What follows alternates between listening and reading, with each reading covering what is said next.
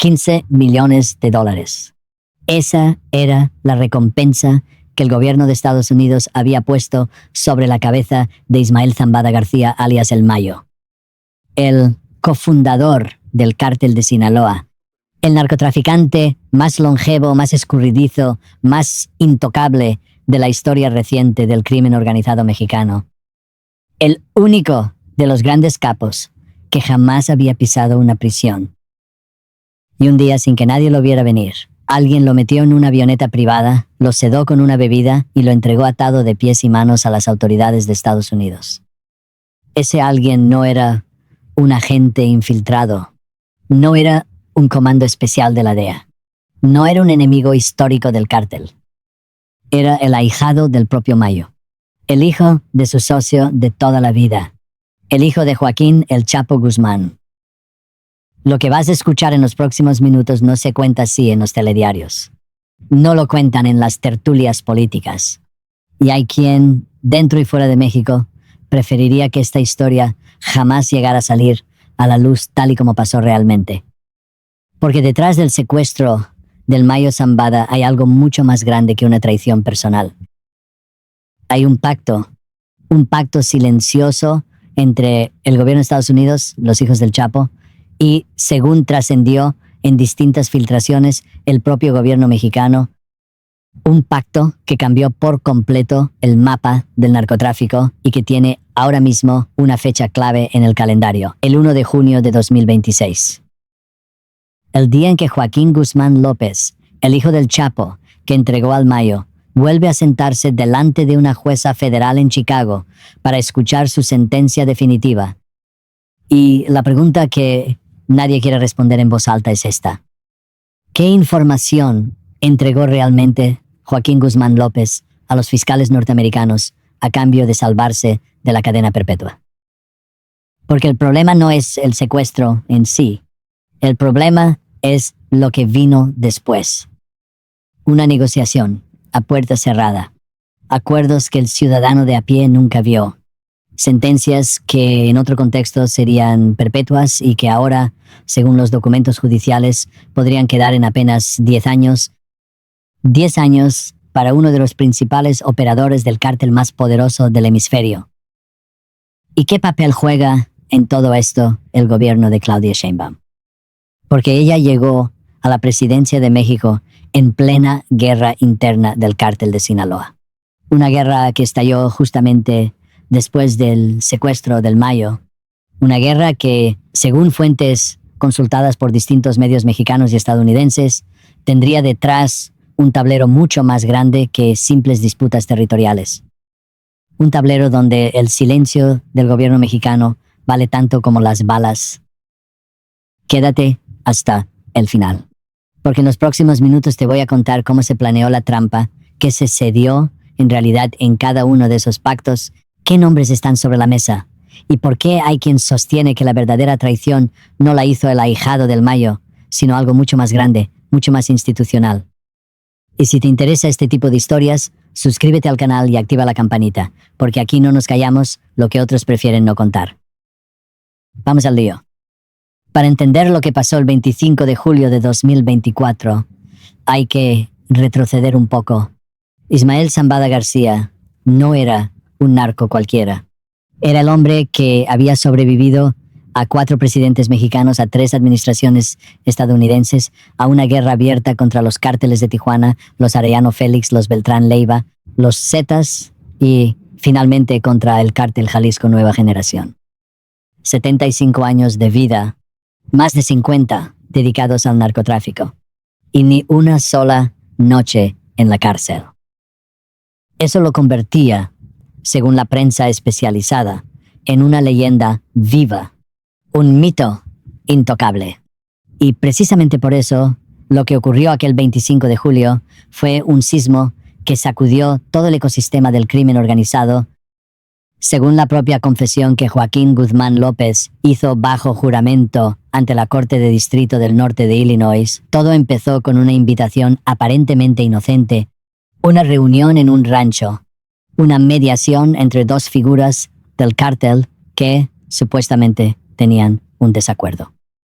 El Mayo aceptó, como había hecho cientos de veces a lo largo de su carrera. Pero esta vez no era una mediación, era una emboscada.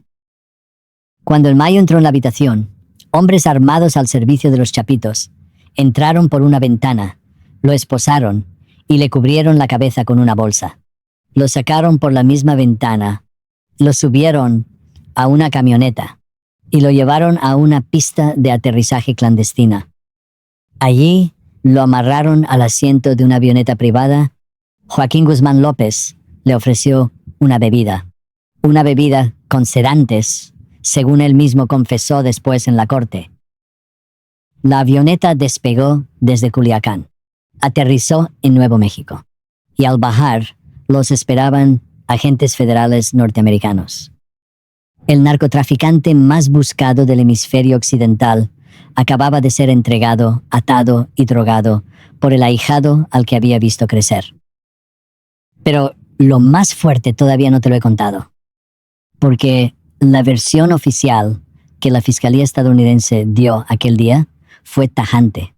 Estados Unidos no pidió el secuestro. Estados Unidos no aprobó el secuestro. Estados Unidos no participó en el secuestro. Y esa frase, repetida hasta el cansancio en los comunicados oficiales, es exactamente donde empieza el verdadero misterio. Y para entender el verdadero peso de lo que ocurrió, conviene detenerse un momento en la figura del Mayo Zambada. Porque hablar del Mayo no es hablar de un narcotraficante cualquiera. Es hablar del último gran patriarca de un mundo que parecía indestructible. Ismael Zambada García nació en El Álamo, Sinaloa, en 1948. Hijo de campesinos, sin estudios formales, empezó en el negocio del narcotráfico cuando todavía era un adolescente. Trabajó con Pedro Avilés Pérez, conocido como el León de la Sierra, uno de los pioneros del trasiego de droga hacia Estados Unidos. Y desde aquellos años, hace más de medio siglo, el Mayo construyó una reputación distinta a la del resto. A diferencia del Chapo Guzmán, que se exhibía, que se fugaba de cárceles, que daba entrevistas, que filmaba películas con actores de Hollywood, el Mayo siempre fue lo opuesto. Discreto, familiar, casi invisible. Vivía en la sierra, no usaba teléfonos modernos, no se dejaba fotografiar, no hablaba con periodistas, salvo una sola excepción. En 2010, cuando concedió una entrevista al periodista mexicano Julio Scherer, en la que afirmó textualmente que si lo agarraban en menos de una semana, habría otro sustituyendo su lugar. Esa frase, repetida una y otra vez en las redes sociales tras el secuestro del 24, se ha convertido en una especie de profecía, porque desde que el Mayo cayó, el cártel no encontró sustituto natural. Lo que encontró fue una guerra civil, una guerra entre los chapitos y los mayitos, que según cifras oficiales habría dejado más de 1,800 muertos en Sinaloa solo en los primeros 6 meses. Y aquí surge otra de las grandes preguntas de este expediente.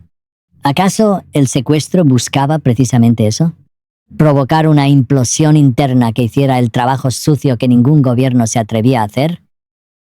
Porque si Estados Unidos no participó, ¿quién organizó la logística del aterrizaje? ¿Quién permitió que un avión privado con matrículas que distintos medios calificaron de irregulares cruzara el espacio aéreo sin ser interceptado? ¿Y quién garantizó que al tocar suelo norteamericano hubiera un comité de recepción esperando? Las preguntas se acumulan. Las respuestas oficiales no llegan. Y mientras tanto, en los pasillos del Tribunal Federal de Chicago, un acuerdo silencioso se estaba cocinando. El 1 de diciembre de 2025, Joaquín Guzmán López volvió a esa misma sala, se quitó el traje de encarcelado, se puso un mono naranja y ante la jueza Sharon Johnson Coleman decidió cambiar su declaración. Lo que en julio del 24 había sido un rotundo "no soy culpable", ahora se convirtió en un "sí soy culpable". Culpable de conspiración para el tráfico de drogas. Culpable de empresa criminal continua. Y culpable también del secuestro del Mayo Zambada. El acuerdo incluía algo que en Estados Unidos llaman cláusula de cooperación. Es decir, Joaquín Guzmán López se convertía oficialmente en testigo colaborador del gobierno norteamericano. A cambio, se le ofrecía la posibilidad de reducir una condena que en otro escenario sería de cadena perpetua. Una posibilidad concreta, bajar la pena hasta los 10 años. 10 años. Por traficar toneladas de cocaína, heroína, metanfetamina y sobre todo fentanilo. El opiáceo sintético responsable de decenas de miles de muertes por sobredosis al otro lado de la frontera. Y aquí es donde la cosa se pone realmente turbia, porque esa misma figura del testigo colaborador la había firmado meses antes su hermano Ovidio Guzmán López, alias el Ratón. Ovidio aceptó 4 cargos en julio del 25 y, según trascendió, también pactó una reducción significativa de su sentencia a cambio de información sobre las operaciones del cártel. 2 hijos del Chapo. 2 acuerdos casi idénticos. 2 puertas abiertas a la misma negociación. Y para entender el peso de la figura de Ovidio Guzmán López en este tablero, hay que volver al 17 de octubre de 2019. Aquel día, durante el sexenio de Andrés Manuel López Obrador, las autoridades mexicanas lo capturaron en Culiacán. Pero la captura duró apenas unas horas. El cártel de Sinaloa lanzó una ofensiva sin precedentes sobre la ciudad. Bloqueos en cada esquina. Sicarios disparando contra patrullas militares. Familias atrapadas en sus casas durante horas. Aquello pasó a la historia como el Culiacanazo. Y la decisión que tomó el gobierno mexicano fue, para muchos, indignante. Liberaron a Ovidio. Lo soltaron. Para evitar, según dijo el propio López Obrador, una matanza mayor. Aquella escena, la de un hijo del Chapo, siendo liberado por orden presidencial, marcó un antes y un después en la percepción internacional sobre la lucha mexicana contra el narco. Ovidio fue recapturado en enero de 2023. Y esta vez sí, fue extraditado a Estados Unidos en septiembre de ese mismo año. En julio del 25, casi 2 años después, aceptó 4 cargos de narcotráfico y delincuencia organizada. Y, según trascendió en la prensa especializada, contrató al mismo abogado que en su día había defendido a su padre el Chapo, Jeffrey Lichtman, el que ahora también lleva el caso de su hermano Joaquín. Es decir, los 2 hijos del Chapo cooperando con la justicia norteamericana. Los 2 defendidos por el mismo equipo legal. Los 2 negociando reducciones drásticas de sentencia a cambio de información. Y aquí es donde algunos expertos en seguridad apuntan algo todavía más inquietante. Si los 2 hijos están dentro del sistema judicial estadounidense y si los 2 están entregando información, ¿qué queda en pie del cártel de Sinaloa, tal y como lo conocíamos? Y ahora viene la pregunta incómoda, la que casi nadie se atreve a formular en voz alta. ¿Qué sabía el gobierno mexicano de todo esto? Porque el secuestro del Mayo Zambada ocurrió en julio de 2024. Es decir, en los últimos meses del sexenio de Andrés Manuel López Obrador, pocos meses antes de que Claudia Sheinbaum tomara posesión como nueva presidenta de México. Y desde el primer día, la postura del gobierno mexicano fue una sola. Nosotros no participamos. Nosotros no sabíamos. Nosotros no autorizamos. La misma frase de la Fiscalía norteamericana, pero al sur de la frontera. ¿Coincidencia?, dirán algunos. Otros, sin embargo, sostienen que detrás de ese doble silencio hay algo más. Hay quien apunta, en distintos análisis publicados por medios mexicanos y estadounidenses, que existió una coordinación tácita. Una de esas que no se firma en papel, pero que se entiende perfectamente entre las 2 partes. Y el resultado fue inmediato. Apenas unos días después del secuestro en septiembre del 24, Sinaloa estalló una guerra interna brutal entre los chapitos y la facción del Mayo, conocida como los Mayitos. Cientos de muertos, decenas de desaparecidos, bloqueos, narcomantas, ejecuciones masivas. ¿Y qué hizo el gobierno de Sheinbaum? Heredó el famoso lema de López Obrador: abrazos no balazos, pero lo retocó. Aumentó los operativos federales. Reforzó la presencia militar en las zonas más calientes. Lanzó comunicados oficiales sobre la captura de operadores logísticos. Pero, según fuentes cercanas a la investigación citadas por distintos medios, lo que no hizo, en ningún momento, fue cuestionar públicamente la narrativa norteamericana sobre el secuestro del Mayo. Y aquí surge la teoría que más circula en las tertulias mexicanas y en los análisis de seguridad internacional. La teoría dice que el gobierno mexicano sabía exactamente lo que iba a pasar, que entendió que entregar al Mayo, sin disparar un solo tiro, sin un operativo público, sin una crisis diplomática, era la mejor manera de descabezar al cártel sin asumir el coste político. Lo que viene ahora es difícil de creer. Y aquí entra otra pieza fundamental del rompecabezas: Donald Trump y el fentanilo. Porque desde que Trump regresó a la Casa Blanca en enero de 2025, su discurso sobre los cárteles mexicanos ha sido especialmente duro, tanto que en febrero de ese mismo año, su administración designó al cártel de Sinaloa, al cártel Jalisco Nueva Generación y a otros 6 grupos criminales como organizaciones terroristas extranjeras.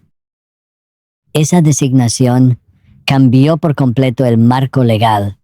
Y ya no se trataba solamente de narcotráfico, se trataba de terrorismo. Y eso abrió la puerta a herramientas mucho más agresivas, tanto judiciales como militares. Bajo este nuevo paraguas legal, las amenazas de operaciones militares dentro de territorio mexicano dejaron de ser una hipótesis y empezaron a ser, según trascendió en distintos medios, una posibilidad real sobre la mesa.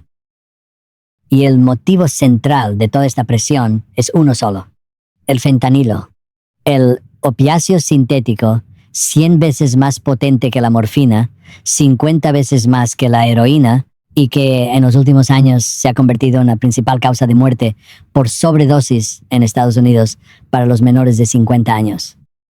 Solamente en 2023, según los Centros para el Control de Enfermedades, más de 74,000 personas murieron por sobredosis relacionadas con fentanilo. 74,000 en un solo año. Y aquí es donde la frase que Joaquín Guzmán López repitió en su declaración de culpabilidad cobra otro sentido. Él admitió ante la jueza haber supervisado la producción y el contrabando de toneladas de fentanilo hacia Estados Unidos. Toneladas, no kilos, no gramos, toneladas. En un negocio donde apenas 2 miligramos pueden matar a una persona. Y aquí es donde la cosa se pone realmente turbia. Porque si esa información existe, si esos nombres están sobre la mesa, si esas rutas se conocen al detalle, la pregunta es ¿por qué nada de eso se está utilizando todavía contra los responsables políticos que, según la teoría de los pactos, supuestamente protegieron durante años todo el entramado? Porque esta no es la primera vez que algo así ocurre. Y no hace falta retroceder mucho para encontrar el antecedente más incómodo. Diciembre de 2019. Genaro García Luna, exsecretario de Seguridad Pública durante el sexenio de Felipe Calderón, es detenido en Texas, acusado de conspirar con el propio cártel de Sinaloa, acusado de aceptar millones de dólares en sobornos, acusado de proteger desde dentro del propio gobierno mexicano las operaciones del Chapo y del Mayo. Durante el juicio en Nueva York, varios narcotraficantes declararon que sí, que García Luna había sido sobornado, que las cantidades eran enormes y que a cambio durante años el cártel había operado con relativa impunidad. Para muchos analistas, ese juicio cambió para siempre la forma en que se entiende la relación entre el Estado mexicano y el narcotráfico. Ya no se trataba solamente de corrupción local. Se trataba, presuntamente, de una arquitectura de protección desde el más alto nivel. Y aquí es donde algunos analistas trazan una línea muy peligrosa. Una línea que conecta a García Luna en 2019 con el secuestro del Mayo en 2024, con la declaración de culpabilidad de Joaquín Guzmán López en 2025 y con la sentencia que llegará el 1 de junio de 2026. Una línea que sugiere que cada uno de estos episodios no son hechos aislados, que forman parte, según trascendió en distintos análisis, de una misma operación a largo plazo. Una operación cuyo objetivo, dicen quienes sostienen esta versión, no es acabar con el narcotráfico, es reorganizarlo. Quitar a las viejas figuras intocables, sustituirlas por nuevas que ya estén bajo control judicial estadounidense y mantener el negocio del fentanilo bajo una vigilancia mucho más cercana. Hay quien cree que esto es así. Hay quien sostiene que es una teoría exagerada. Pero los hechos sobre la mesa hablan por sí solos. Y aquí es donde llegamos al punto crítico. El 1 de junio de 2026. Una fecha que la jueza Sharon Johnson Coleman fijó en el acta del 1 de diciembre del 25. Ese día, en la Corte de Distrito del Norte de Illinois, en Chicago, Joaquín Guzmán López volverá a sentarse en el banquillo. Y allí se decidirá si su cooperación con el gobierno estadounidense ha sido suficiente para reducir una condena que, sin acuerdo, sería automáticamente perpetua. La defensa, encabezada por Jeffrey Lichtman, el mismo abogado que defendió al Chapo Guzmán, aspira a una pena cercana a los 10 años. La fiscalía aún no ha mostrado todas sus cartas. Y la jueza, según lo dicho en la última audiencia, conserva la potestad final para imponer cualquier sentencia que considere justa. Pero hay un detalle que pocos están comentando, y es que la audiencia del 1 de junio no es propiamente la sentencia, es una audiencia previa de seguimiento. Es decir, es la cita en la que se evalúa cuánto y qué calidad de información ha entregado Joaquín Guzmán López hasta ese momento. Y a partir de ahí, la Fiscalía decidirá si presenta o no la moción 5K1.1, una moción que en la jerga jurídica norteamericana permite reducir la sentencia muy por debajo de los mínimos legales. Si se presenta esa moción, los analistas coinciden en que el hijo del Chapo podría estar en la calle antes de cumplir los 50 años. Si no se presenta, podría morir en la cárcel. Y entre una cosa y la otra, la pregunta que flota en todo este expediente es siempre la misma. ¿Qué nombres está entregando? ¿A quiénes está señalando? ¿Qué documentos, qué cuentas, qué rutas, qué políticos están sobre la mesa? Lo curioso, y aquí es donde el espectador atento empieza a atar cabos, es que esta historia, contada en estos términos, casi no aparece en los grandes medios generalistas. Sí aparece la noticia del secuestro. Sí aparece la declaración de culpabilidad. Sí aparece la fecha del 1 de junio. Pero la conexión entre todos los puntos, las preguntas incómodas, los silencios institucionales y el tablero geopolítico que hay detrás, eso casi no se cuenta. Y hay quien cree que no es casualidad. Hay quien sostiene, en distintos análisis publicados en medios independientes, que existe una especie de pacto tácito para no profundizar demasiado, para que la opinión pública se quede con el titular y no con la pregunta. Porque el titular es cómodo. 2 hijos del Chapo cooperan con la justicia. La pregunta, en cambio, es incómoda. ¿Qué precio se pagó? ¿Y quién lo está pagando ahora mismo en las calles de Sinaloa, donde la guerra interna sigue sumando muertos cada semana? Porque mientras Joaquín Guzmán López espera su audiencia en Chicago, mientras Ovidio negocia desde otra celda, mientras el Mayo Zambada aguarda su propia sentencia prevista para enero del 26, en Sinaloa, la gente común sigue muriendo, sigue desplazada, sigue atrapada en una guerra que ellos no eligieron. Y esa, aunque no salga en los telediarios, es la verdadera consecuencia del pacto. Así que cuando llegue el 1 de junio de 2026, cuando la jueza Sharon Johnson Coleman entre en la sala, cuando Joaquín Guzmán López se ponga de pie, cuando se anuncie cuántos años pasará entre rejas el hijo del Chapo que entregó al Mayo, recuerda esto. No estaremos viendo el final de una historia, estaremos viendo probablemente el principio de otra. Una historia en la que el verdadero protagonista no es Joaquín Guzmán López. Ni siquiera es el Mayo Zambada. Es el sistema completo. Las puertas que se abren y se cierran en los despachos de Chicago, de Washington y de la Ciudad de México. Los nombres que salen y los que se quedan. Y sobre todo, las preguntas que nadie quiere responder. Y ahora te toca a ti. ¿Tú qué crees? Estamos ante un caso de cooperación legítima en el que el sistema judicial estadounidense está logrando, por primera vez en décadas, descabezar al cártel de Sinaloa desde dentro. ¿O lo que estamos viendo es un pacto silencioso entre gobiernos para reorganizar el negocio del narco bajo nuevas reglas? Déjame tu opinión en los comentarios, que los leo todos. Y si este video te ha hecho pensar, te invito a quedarte en el canal, porque el próximo va sobre el otro nombre que lleva años en el centro de todo este tablero. Un hombre que durante el sexenio de Felipe Calderón fue el responsable de la seguridad de todo México. Y que hoy cumple condena en una prisión de Estados Unidos por haber trabajado presuntamente para el cártel de Sinaloa. Te hablo, claro, de Genaro García Luna. Nos vemos muy pronto.